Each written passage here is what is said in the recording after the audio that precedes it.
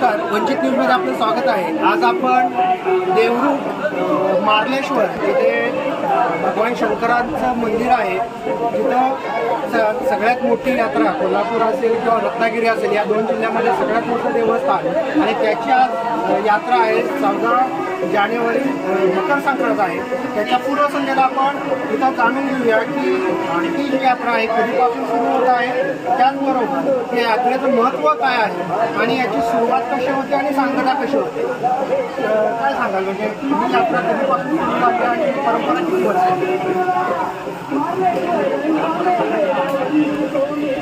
ही परंपरा फार वर्षापूर्वी म्हणजे नेमकं तुम्हाला वर्ष सांगता येणार नाही, पण रत्नागिरी जिल्ह्यामध्ये मार्लेश्वर हे एक जागृत देवस्थान आहे आणि हे स्वयंभू आहे।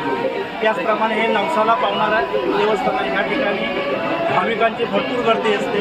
हे देवरूखपासून 18 किलोमीटर अंतरावर लांब आहे, कारण की इथं संक्रांतीला ह्या मार्लेश्वर देवाचा लग्न सोहळा पार पडतो। 11 ते 14-15 तारीखपर्यंत विवाह सोहळा पार पडतो। हे देवस्थान पूर्वी लांजाला होतं।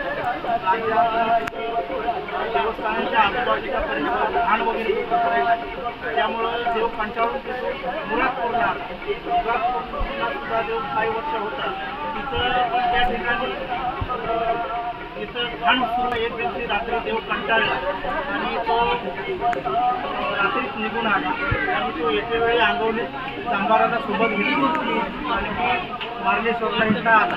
मग दुसऱ्या दिवशी मुरादपूरला पिंडी नाहीशी झाली, सगळीकडं बोंबाबोंब झाली, म्हणजे शोधाशोध सुरू झाली। काही शिकारीला लोक इकडे आले, त्यांना हे देवस्थान दिसलं आणि मग त्यानंतर पूजा वगैरे सर्व सुरू झाली। हे देवस्थान तसंच ह्या देवस्थानाचे वडील म्हणून वाडेश्वर देऊळचे वाडेश्वर म्हणून शंकराचार्य ते यांचे यजमानी म्हणजे वडील म्हणून आहे। त्याचप्रमाणे गिरजादेवी ही साखरपेठची आहे, तिचा आणि गिरजादेवी बाकी मार्लेश्वराचा विवाह सोहळा 14 तारखेला दरवर्षी संपन्न होतो। तो आज आता 13 तारखेला ती तिथून निघाली असणार। वाडेश्वरचे पालखी आणि 3-4 वाजता रात्री 12 वाजता येते। त्याचप्रमाणे उद्या सकाळी त्यांचा विवाह सोहळा होतो। या विवाह सोहळ्याला मठाधिपती जंगम स्वामी, त्याचप्रमाणे हरेश्वर महाराज, त्याचप्रमाणे मासोळकर स्वामी हे विवाह सोहळ्याला उपस्थित आहेत। हे जागृत देवस्थान आहे। या ठिकाणी भाविकांची भरपूर गर्दी असते आणि उद्या 14 तारखेला हा विवाह सोहळा मठाधिपती जंगम स्वामी हरेश्वर महाराज, त्याचप्रमाणे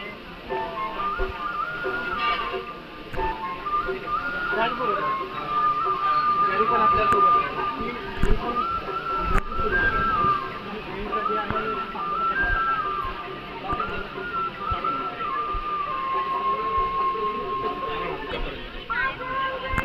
सर्वांच्या ह्याच्यामध्ये उपस्थितीमध्ये आणि एक पुण्यकाल केव्हा चालू होता, मध्यकाशीमध्ये 5 वाजता प्रवेश करणार आणि पुण्यकाल केव्हा लागतोय हे आपण सगळं 560 माणसांमध्ये राहतो तिथे ठरवलं होतं।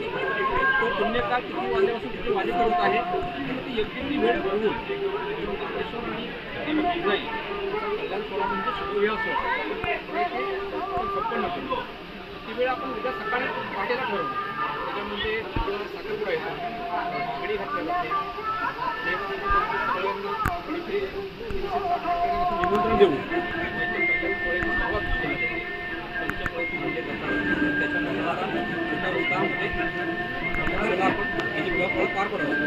त्याच्यामध्ये मासोळीचं घरामध्ये मासोळी मठ आहे, मासोळी महाराज, रायपटण, लांजा असं 3च मठ आहे। हरेश्वर महाराज नाही आणि ह्या सगळ्यांच्या महाराजांच्या उपस्थितीमध्ये या वाडेश्वर आणि गिरजाई कल्याण सोहळा देवस्थान पार पडत असतो।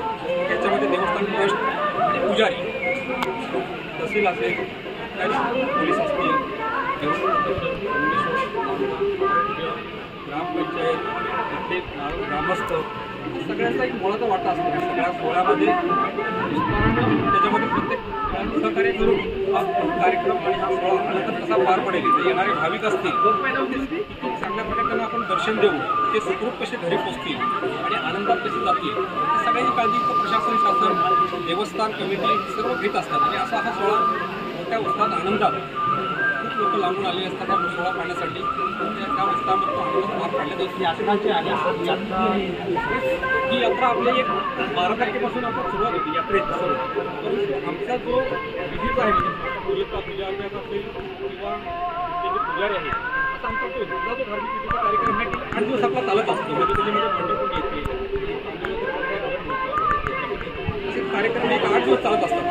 आपल्या ह्या सोहळ्याची सांगता ही 16 तारखेला पूर्ण होणार आपली. हा लग्न सोहळा झाल्यानंतरच कार्यक्रम संपत नाही आहे. त्याच्यानंतर काही आणखी विधी आहेत. आपण परडी सोडणं असेल, विडा असेल, भरपूर त्याच्यामध्ये काही अंतर्गत विधी आहेत. त्या सगळं पूर्ण विधी आपला 16 तारखेला पूर्ण कार्यक्रमाची सांगता पूर्ण 16 तारखेला होते.